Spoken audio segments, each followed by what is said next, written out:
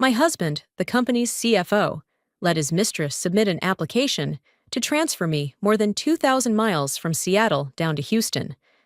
So I packed my suitcase, got on a plane, and started a life that no longer had him in it. The email arrived on a Tuesday afternoon. I remember it clearly, because Tuesdays were supposed to be our good day. It was the only night of the week when both Robert and I left the office before 8, met at the little Italian place on Finney Ridge, and pretended we were still the two people who had been madly in love 8 years ago. Tuesday was sacred. Tuesday was proof that there was still something worth holding on to. But that Tuesday, I didn't make it to dinner. I was sitting in my office on the 17th floor of Apex Global, staring at my computer screen with a kind of shock that made the edges of my vision blur like they were fogged over. The fluorescent lights above me buzzed. The cup of coffee had gone ice cold sometime long ago, and on the screen, in a cold corporate font, was the notice that would slowly break everything I thought I knew about this marriage. Internal transfer request. Status: approved. Employee: Evelyn Harrington. Current location: Seattle, Washington. Requested location: Houston, Texas. Effective date: 30 days from approval. Submitted via employee self-service portal. I read it once, then a second time, a third, a fourth. Every time I read it, my heart beat one notch faster, but the words didn't change. Finally, I reached for the desk phone and dialed HR. "I think there's been some kind of mistake," I said, my voice strangely calm compared to the earthquake shaking inside my chest. I never submitted any transfer request. On the other end of the line, a familiar female voice, probably Linda, started typing, the mouse clicking in the silence. "I'm checking the system now, Evelyn. It shows here that the request was submitted through your employee portal.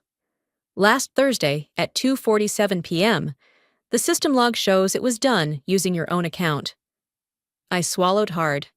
That's impossible. Last Thursday afternoon, I was in a meeting room with a client. How could I have used my laptop? More typing. A pause. Well, the request has already been approved by your department head and the regional director. Houston has been short on people with a profile like yours for months. They're really excited to know you'll be coming. Really excited to know I was being exiled to Houston. I hung up the phone and sat there, my mind running through one scenario after another. System error? Someone using the wrong account? Someone trying to sabotage me? Every theory sounded more ridiculous than the one before it. And then one thought slipped in, slow and ice-cold like smoke sliding through a crack in the door. Robert, my husband, is the CFO of Apex Global.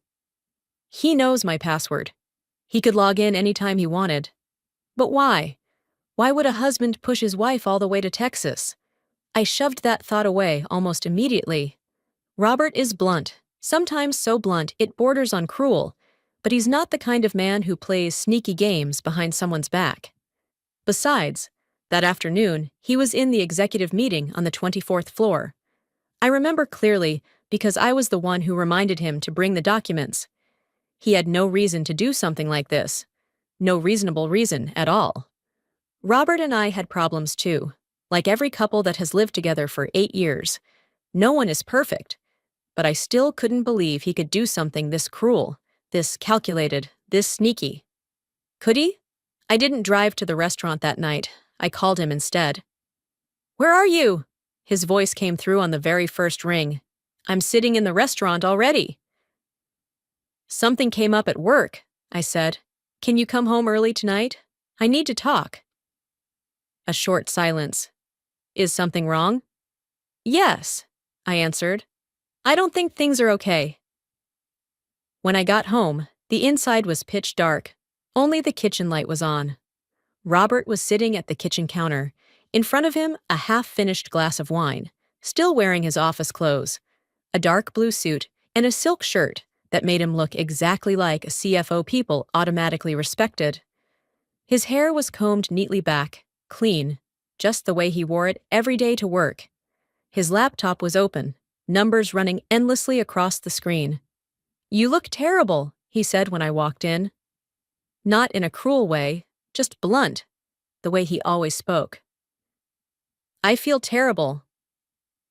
I set my bag down, opened the email on my phone, and slid it across the stone counter to him. He picked it up, scanned it, his eyebrows lifting. Houston? You're transferring to Houston? I didn't submit it, I replied. So who did? That's what I'm trying to figure out. He leaned back in his chair, took a sip of wine, his expression shifting from surprise to consideration. Did someone log into your account? Have you checked your login history? Not yet, but Robert. I paused for a moment. Do you know my account? Did you tell anyone? His eyes turned instantly cold. What are you asking me, Evelyn? I'm not asking anything. I'm just trying to understand how this happened. You think I did this? His voice went flat, dangerous. You think I secretly submitted a transfer request to send my wife to Texas? I didn't say that. But you implied it. He stood up straight, still holding the wine glass, and walked to the window looking out into the backyard. If I wanted you to leave, Evelyn, I would say it to your face. I wouldn't play these roundabout games. I wouldn't secretly send in sneaky applications. If I wanted to end this marriage, I would look you straight in the eye and say, we're getting a divorce. That's who I am. You know that. I did know. Robert had many things: ambition, coldness, sometimes distance. But he wasn't the kind of man who played vague games. He was blunt to the point of cruelty. But the way he said the word divorce made a bad feeling rise clearer than ever before. So if it wasn't you, then who was it? I said. He shrugged. We'll have to investigate. But Evelyn, you should focus on contacting HR tomorrow morning and explaining everything clearly. It's probably just a system error. And if it's not... He paused for a second, the corner of his mouth lifting in an emotionless half-smile. Then someone is playing a very strange joke on you. The next morning, I went straight down to HR, facing this myself instead of making any more phone calls. Linda, still the same person I spoke to yesterday, led me into a small, narrow office, the smell of old coffee mixed with the strong scent of printer ink so thick it made my throat go dry. Evelyn, I understand your anxiety, Linda said, flipping through a few folders. But this transfer request is completely valid. It was sent from your account during work hours, and it went through the proper approval process. Do you have proof? I looked straight at her. At that time, I was in a meeting room. Someone can vouch for that. Of course it can be verified. Linda nodded. But we'll have to open an internal investigation process. She hesitated for a moment, then lowered her voice. But I have to be honest with you. Investigations like this take a lot of time. In the meantime, your transfer decision has already been approved. Houston is waiting for you in 3 weeks. Linda glanced at the screen. The timeline has been updated. Houston pushed the deadline because they have a key project about to launch. They need someone with systems architecture experience immediately. Everything in my head started to spin. Can I refuse? I asked. Linda's expression softened, almost pitying. You can. But if you refuse a transfer decision that's already been approved, according to company policy, it could lead to termination. That's ridiculous. That's the reality in large corporations, Evelyn. I left that room feeling like I'd just stepped out of a Kafka-style nightmare. As if someone had taken over my life, my career, and no one around cared about who had done it or why it happened. They only cared about procedures, policies, processing steps, and checkboxes on forms. When I got back to my desk, I saw a bright yellow sticky note stuck to my computer screen, the corner of the paper slightly curled up like someone had rubbed it back and forth a few times. The handwriting in blue ballpoint was rounded, slanting slightly to the right. Heard about Houston. LOL. Guess someone doesn't like you. No signature, but the sickly sweet perfume smell was still clinging to the edge of the paper, a vanilla mixed with burnt orange scent I smelled every morning in the elevator. I knew right away it was Sloane's. Sloane showed up at Apex Global a year ago, right when I thought I knew every face here.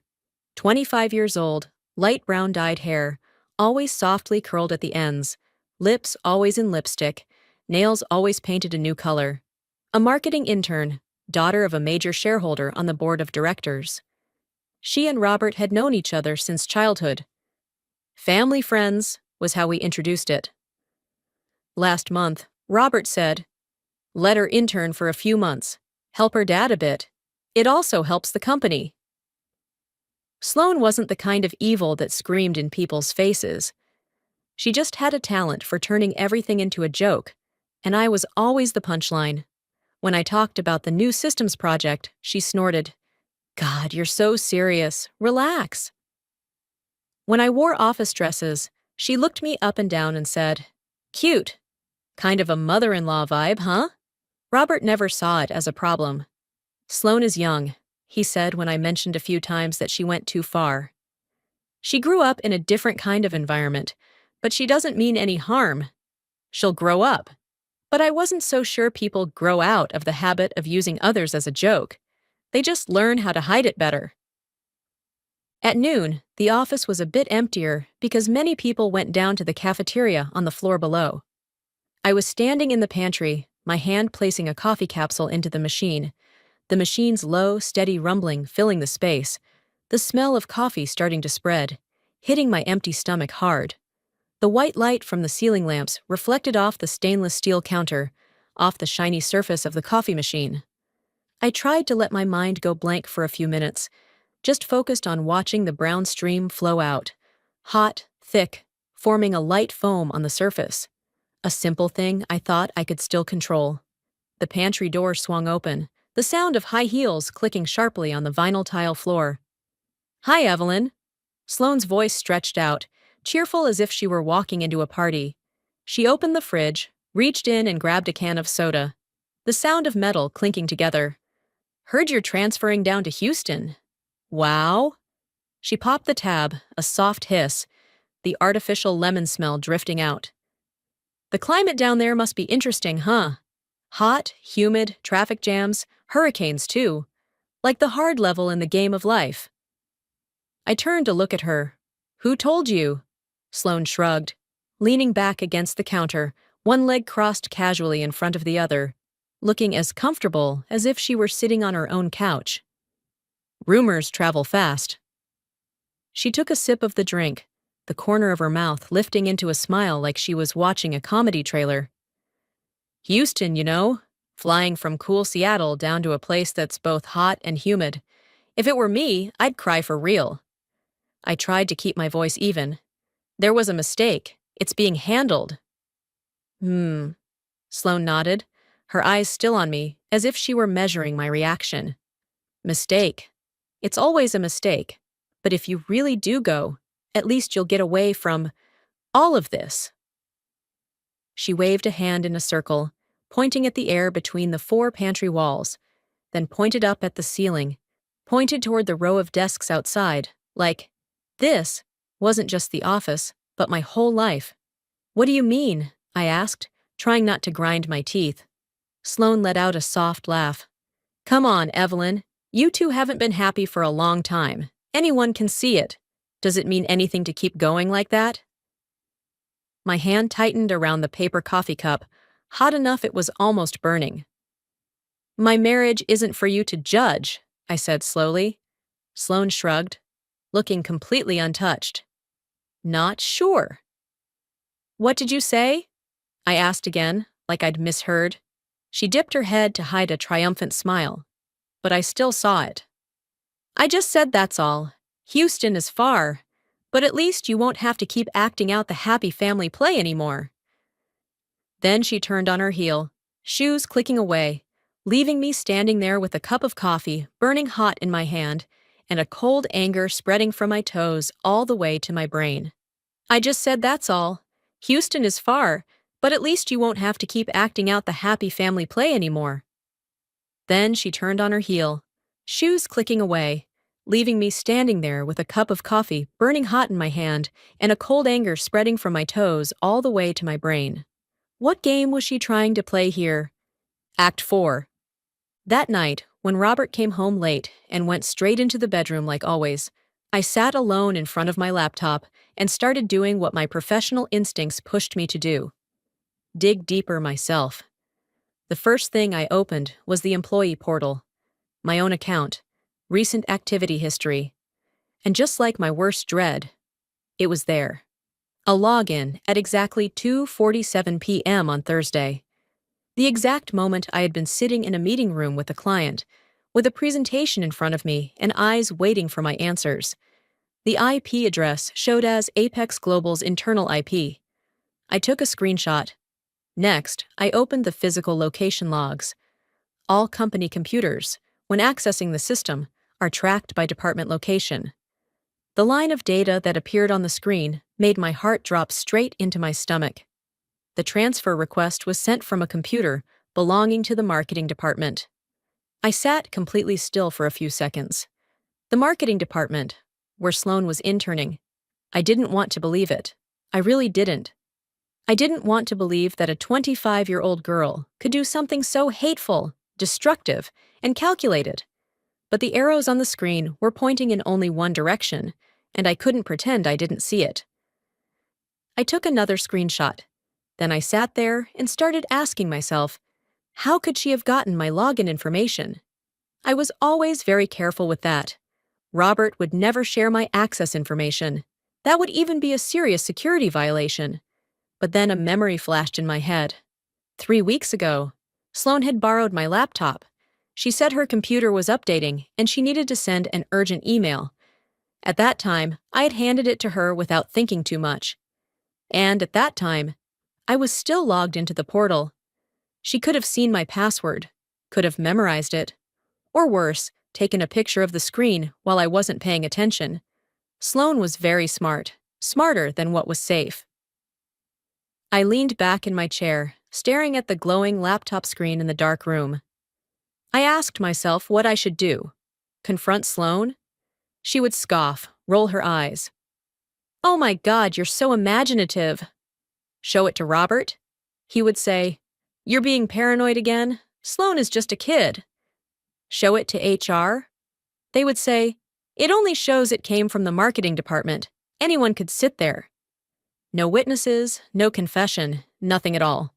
I closed the laptop, got into bed. Robert was lying with his back turned, breathing evenly, as if nothing had happened in my life. The days after that passed in a thick fog of tension and paranoia. At the company, I tried to go through the official channels. I met Greg, my direct manager. He really looked sympathetic. "Evelyn, I don't know how to say this to you," he said, his fingers lightly tapping the desk. "This request went through the proper process, approved at every level. Houston is expecting you. If you pull out now, your file will be marked very badly. It could even lead to termination. But I didn't submit it." Then, who did? I couldn't answer. No evidence. Sloan always appeared at the right moments, with that wide, cheerful smile. Sitting in the shared dining area. "Heard Houston gets over 30 degrees, sis. Remember to buy sunscreen, okay?" In the elevator. "There's lots of oil there. You're probably about to get rich." Every sentence sounded harmless, but cut clearly, stab by stab. That night, I brought up the transfer with Robert again. He was reviewing documents, didn't look up. Stop with the conspiracy stuff. Either accept it or fight it through the proper process. Don't turn everything into drama. This isn't a conspiracy. Someone forged my request. Then HR will find out. They're dragging it out. They don't see this as a priority. Then push harder. You're a senior architect. You have a voice. I took a deep breath. "Robert, don't you find it strange that this happened right when Sloan is interning in marketing, right when she borrowed my laptop?" The air in the room dropped to below zero. Robert shut his laptop. His face went cold immediately. Cold, like slowly melting ice. "Are you accusing Sloan?" "I'm just—" "If you are accusing her," he cut in, "then you'd better have evidence. Solid, undeniable evidence." He spoke slowly, clearly on every word. "Sloan didn't do anything wrong. She's trying to build a career. She's not a villain in some cheap TV drama." "I didn't say she was." "But you're implying it." Robert stood up from the sofa. I'm tired, Evelyn. Tired of your paranoia. Tired of the way you always see yourself as a victim. He walked away. If you want to believe the whole world is plotting against you, go ahead, but leave Sloane out of this. And I heard the bedroom door close, sharp, cold, echoing through a house so silent it was almost empty. That weekend, something quietly changed inside me. I was in my office, flipping through every file, every stack of documents to prepare for the possibility that I might have to transfer. I called it stress cleaning, to make myself feel less like I was losing control. I was about to look for Sloane to hand over a few internal tasks she was involved in with the marketing team, when the wind from the slightly open window suddenly blew a thin sheet of paper off the desk. And I saw my name, clearly. Impossible to mistake. I froze for a few seconds. A small notebook, the kind with a spiral binding sold everywhere in stationery stores, was lying half open on Sloane's desk. She must have forgotten it when she went somewhere. In that instant, I was about to close it. Respect privacy, be a decent person, forget this. But the name Evelyn burned under that thin sheet of paper made my heart beat one notch harder. I opened the notebook. The first pages were completely harmless. Meeting notes, to-do lists, expense tracking, messy handwriting, a few random doodles in the margins. But then, when I flipped to the middle of the notebook, the world inside me shifted. Operation Evelyn Removal. Target: get her out of the picture. Timeline: 2 to 3 months. Method: transfer request. Houston ideal. Far enough. Hot enough. Miserable enough for her to break herself. Phase 1. Obtain credentials. Laptop trick worked perfectly. Phase 2. Send request during work hours. Completed. Thursday, 2:47 p.m. Phase 3. Wait for approval. Completed. Faster than expected. Phase 4. Observe reaction. And underneath, in a different color of ink, strokes darker and sharper. Note: J suspects but can't prove anything. Perfect. Let her squirm. I stood frozen in the middle of the room, the notebook trembling slightly in my hands. This wasn't a joke, not a guess, not paranoia. This was a plan. Calculation, cruelty written line by line, step by step. I flipped to the next page, my hands still shaking, and there was nothing else. I took out my phone and photographed every page, every corner, every line. The light was clear enough, the focus sharp enough. Evidence that couldn't be denied. I took a deep breath, closed the notebook, and placed it back exactly where it had been on the desk, as if it had never been touched. The smartest thing would have been to confront her right then. Lay everything out in front of them. Put the evidence on the table and force everyone to look at it and take responsibility. But I wanted to know the reason. Why did she have to push me out of my home? I now had gold evidence on my phone, and I would use it at the right time, in the right way. A CT6. That was what I needed. Not pity, but strategy. Patricia's office was in the center of the city, above a coffee shop called Morning Brew. Her office smelled faintly of leather and old books. The heavy oak desk on the wall behind her desk were law degrees carefully framed. She was in her early 50s, salt and pepper hair neatly cut, glasses hanging from a thin cord around her neck. Her handshake was firm, brief. She gestured for me to sit, opened a legal pad, and picked up her pen. Tell me everything. I told her everything. Sloane's notebook, the Operation Evelyn removal plan, the cold-blooded lines about pushing me down to Houston to suffer as much as possible. I told her about 8 years of marriage slowly turning into 2 strangers living in the same house. Patricia took notes, her handwriting neat, sometimes looking up to ask short, precise questions. How long had we been married? Whose name was on the house? Which retirement accounts existed? When I stopped, she put her pen down and leaned back in her chair. The way she looked at me wasn't pity. It was something else. Maybe recognition. What you need to understand, she said, is that the strongest position in negotiation is always when you've already left. When you've disappeared from his space, he can't manipulate you, can't make you feel guilty, can't use closeness to slowly wear you down. You control the story. You control the timeline. Patricia explained the community property laws. In this state, assets created during the marriage are considered joint property, no matter who earned more money. The house we bought 6 years ago was joint property. The retirement fund he had built during the marriage was joint property. The investment portfolio he managed that grew during the marriage was also joint property. You are entitled to half, and I can make sure of that. I hired her right before I left the office. Patricia gave me a list of things I needed to do next. Write everything down, gather financial records, collect evidence of the betrayal. She advised me to let professionals do their work, to build a case that couldn't be broken. In the days that followed, I became the archivist of my own life. I downloaded bank statements, traced money flows throughout the marriage, and most importantly, the truth arrived. The messages Robert sent to his mistress, then the conversation with his mother, where he said he needed someone younger, more dynamic, to help him more in his career. But he wasn't stupid enough to destroy the family immediately. He betrayed, and he promised. And Sloane was attached in those exchanges as a close support source, as the only one who understood his pressure. I saved every text, every shady appointment, every email that couldn't be explained. Sloane had lost patience when she realized those promises were only buying time. That was when her plan appeared. Every photo, every copy, every line I saved was a brick in the invisible wall forming between my old life and my future. The file grew thicker. Evidence of betrayal. On the morning I left, I woke up earlier than usual. I made breakfast. Nothing special, just pancakes from the ready-made mix in the cupboard.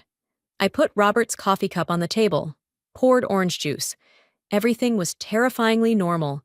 Before Robert woke up, I walked one last round through the house. I didn't cry. I wasn't sad. I just looked. Rooms that were about to become memories. I closed the door, drove to the airport, my hands steady on the steering wheel. I left the car in long-term parking and got on the flight.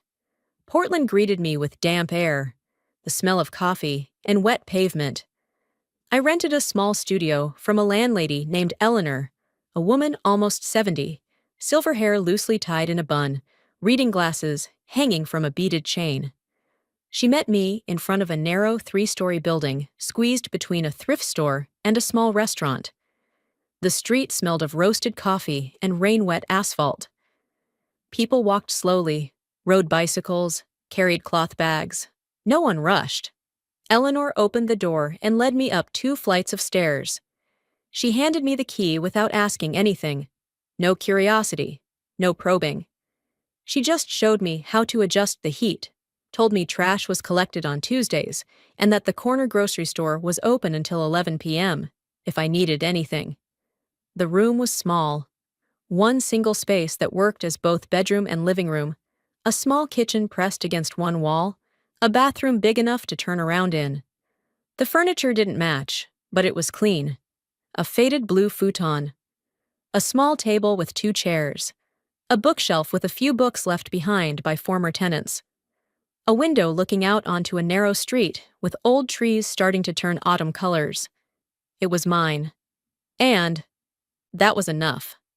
A CT7. Here, no one knows who I used to be married to, who once tried to push me down to Houston like some sick joke.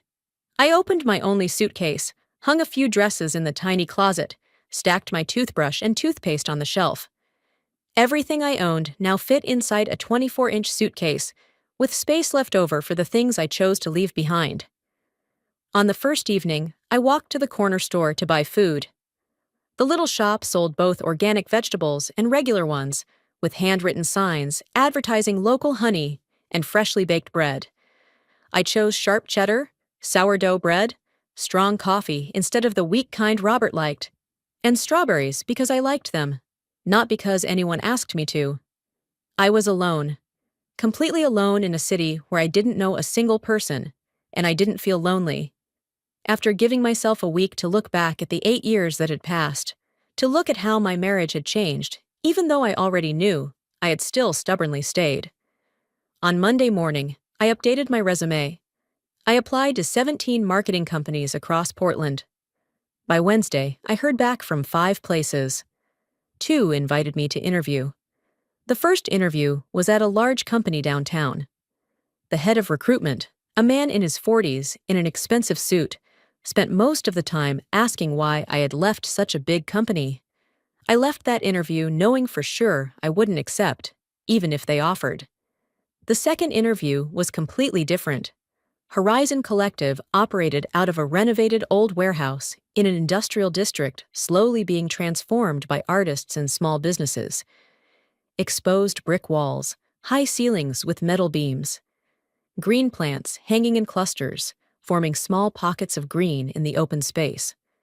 Simone Keller, the hiring manager, met me in a small meeting room with a glass wall looking out onto the street. She had neatly cut silver hair, thick black framed glasses, and a sharp presence. She shook my hand firmly and gestured for me to sit. She looked at my resume in silence for a full minute. But instead of asking why I left, she looked up and asked, "During that time, what skills did you build?" The question surprised me. Not why did you leave, but what did you learn during that time? I talked about project management, budget optimization, coordinating stakeholders, coaching, handling crises, and last-minute schedule changes. Simone listened without interrupting. When I finished, she smiled. She explained that Horizon Collective specializes in marketing campaigns for nonprofit organizations. The job needed someone who could handle multiple projects at once, communicate effectively with many types of people, and work well under tight budgets. All things I had done before. The position, marketing coordinator, responsible for 3 to 5 nonprofit clients at the same time. The salary wasn't high, but it was enough to live. Benefits included health insurance and 2 weeks of paid vacation. I accepted before I even stepped into the elevator. My phone had been on silent since the day I left. On Thursday night, I finally opened it. Dozens of text messages. More than 10 missed calls. A few voicemails. Robert's messages followed a familiar sequence. First, confusion. "Where are you? When are you coming home?" Then irritation. "This is so irresponsible, Evelyn. I still have work." Sloan also needs support. Then anger. "You quit your job? That's irresponsible. What were you thinking abandoning the family?" He didn't know I had quietly filed my resignation a month earlier, followed the proper process, HR keeping it confidential at my request. On Friday morning, Patricia's automated email that I had prepared in advance went out. Short. Professional. No emotion. I have left. All further communication should be sent through my lawyer. Patricia Brennan. Email and phone number attached. Robert's reply came within minutes. "You can't just leave like this. You will regret it." I didn't answer. I built new habits that were completely mine. Mornings running along the river, the water reflecting the mood of the sky each day. Other runners giving small nods, a silent acknowledgement of sharing the same space and purpose. In the afternoon, I worked at a cafe called Bread and Ink. The barista with short purple hair remembered my order after just 2 visits. Black coffee, 1 sugar. She started making it when she saw me walk in. The feeling of being seen, being remembered just because of the way I liked my coffee, was strange and deep. In the evenings, I took a drawing class at the community center 6 blocks from home. I read novels I chose myself. I ate dinner at 9 p.m. just because I liked it that way. Not because someone had defined family dinner time as 6:30. I realized I actually liked being alone. 2. Weeks after starting my new life in Portland, I was sitting in Bread and Ink, laptop open, writing a campaign proposal for an organization supporting homeless youth when my phone vibrated lightly. A notification I never thought I'd see. Someone had tagged me in a Facebook post. My account was still active, but I hadn't posted anything since I left. The notification came from Robert's personal page. My hand hovered over the screen for a few seconds before opening it. The photo was from our most recent vacation, a beach trip 8 months ago. In the picture, I was standing on the sand, arms around my husband. We were both smiling, suntanned, faces relaxed, like people enjoying their holiday. Behind us was a flat blue ocean under a cloudless sky. I remembered that trip clearly. Robert's caption made my stomach tighten. If anyone sees her, please tell her I just want her to come home. I love and miss her. Evelyn, if you're reading this, I'm sorry. Please come back. The post had been up for 3 hours. More than 200 reactions. More than 60 comments. I scrolled through every line. The story Robert built was perfect. He was the grieving husband, and I was the unstable woman who disappeared without reason. I closed my laptop and left the cafe. Back at the apartment, I created a fake Facebook account. I used a stock photo of a golden retriever as the profile picture. I named it Bailey Thompson, a name so generic it could be anyone. And from that account, I started watching Robert's play. While he had no idea that the real audience was sitting in the front row, everything Robert posted, the missing wife, statuses, the pity comments, the prayers, the messages blaming me, I quietly took screenshots of them all. On Friday morning, exactly 1 week after Robert launched his grieving husband performance on Facebook, Patricia filed for divorce on my behalf. She had spent many days carefully preparing the file gathering. Everything I sent her, photos, emails, bank statements, system logs, and even the intimate chats between Robert and his mistress. The divorce petition included a request for a restraining order against direct contact, temporarily banning Robert from calling, texting, or approaching me. Everything had to go through Patricia. The marital assets were listed in detail: the house, retirement fund, stocks, investment accounts, and even the shares in the company that I had built with him from the early days.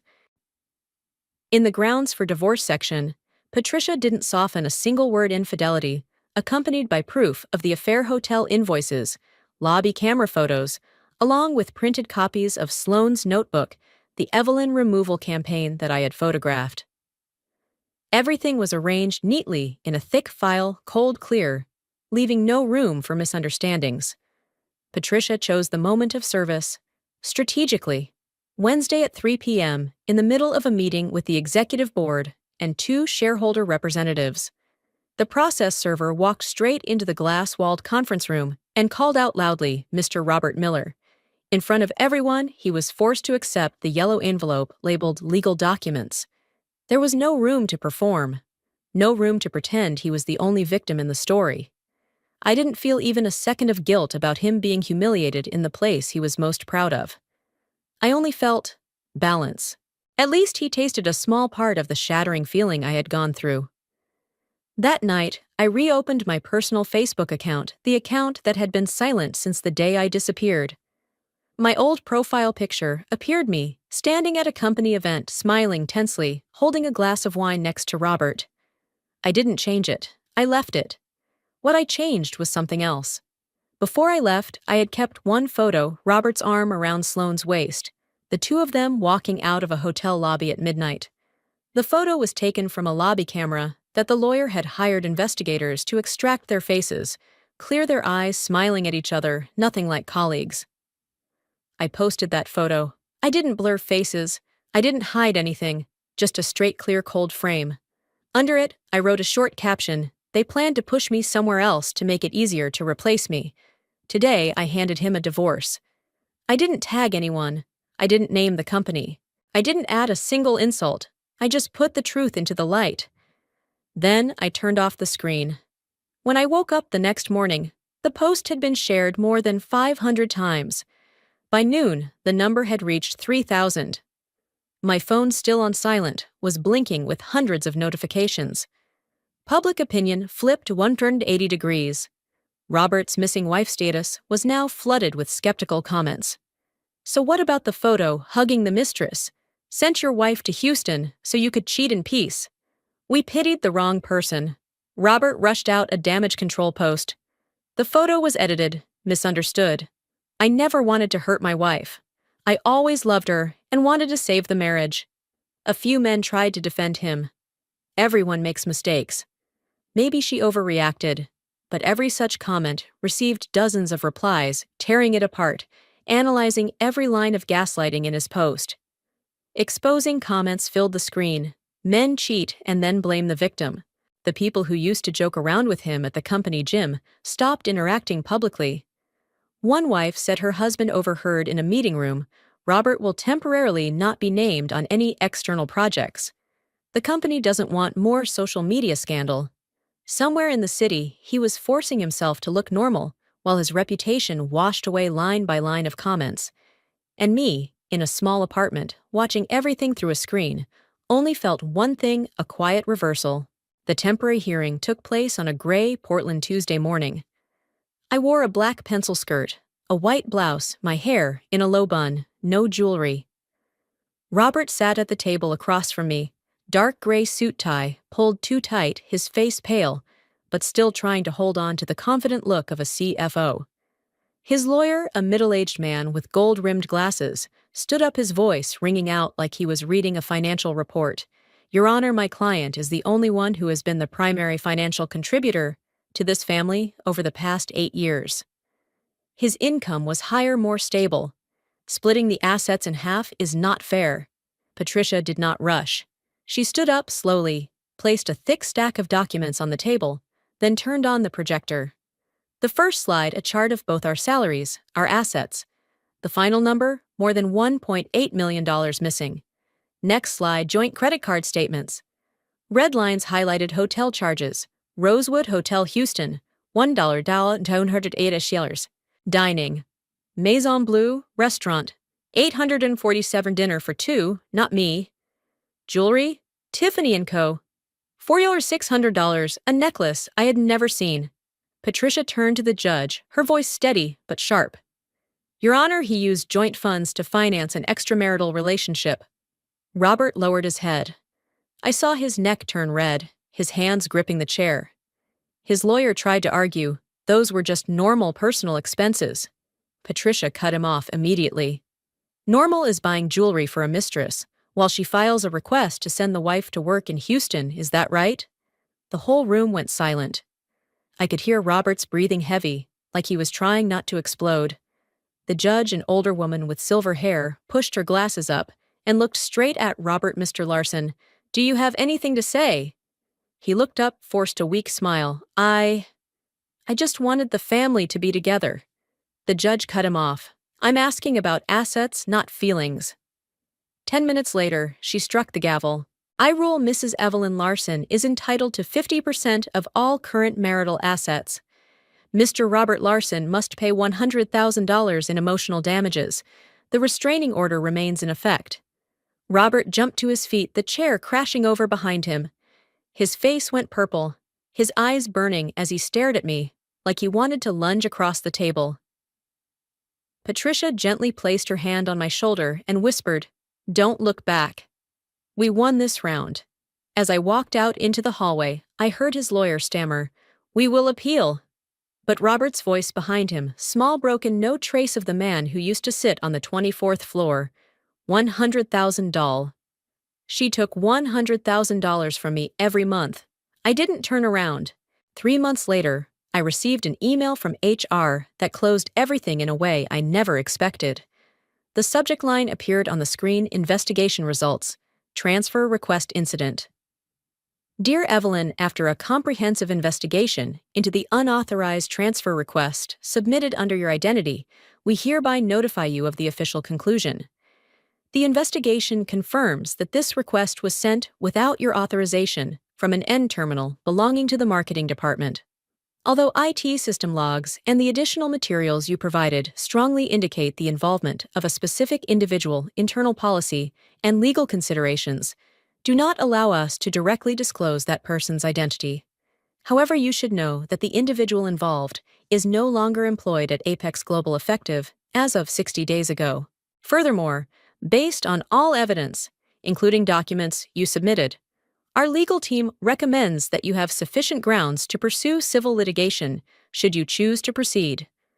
In addition, given the circumstances of the transfer and the confirmation that this was not a voluntary action on your part, we propose the following options: retention bonus $50,000 USD in compensation. A public apology from the company.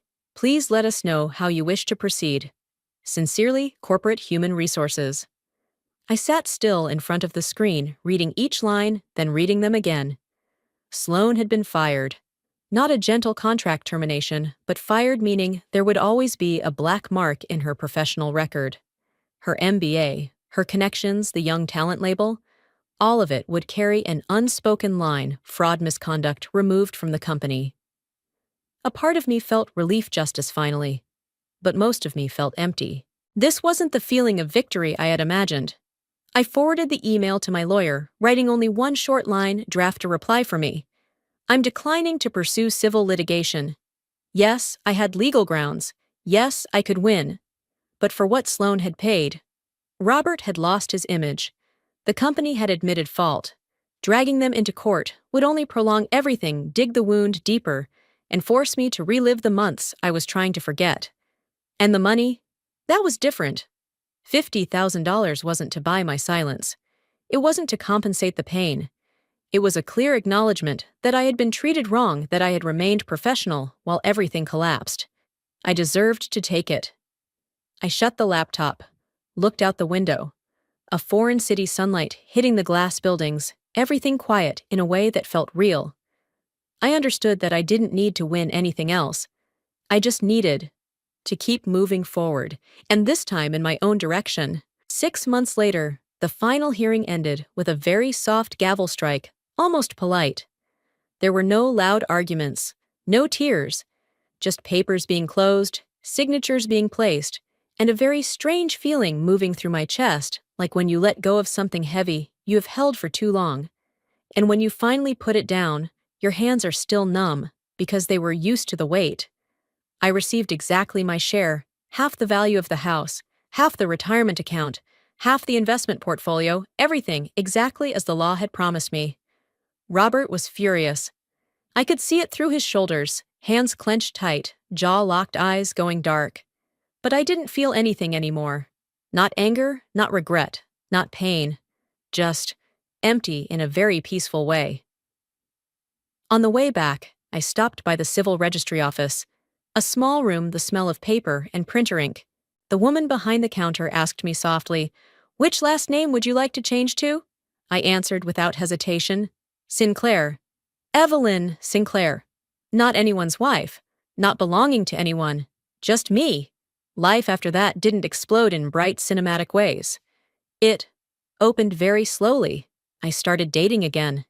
Not to fill a hole, but to learn how to sit across from another person without turning myself into a shadow. Short coffee dates, long conversations. Goodbyes with no promises, no pulling back.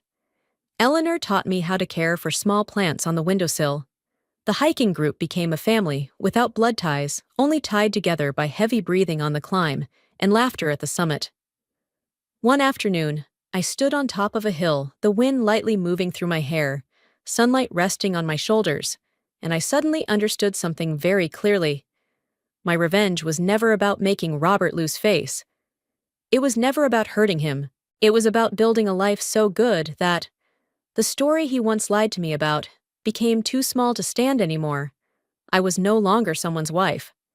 I was Evelyn Sinclair, a woman who knows her own worth. If you are listening up to this point, if you have walked with me through this whole journey, share in the comments the moment that moved you the most. If you felt this story touch you, press like and subscribe to the channel so you don't miss journeys about standing back up, about healing, and about people who chose their lives all over again from the beginning.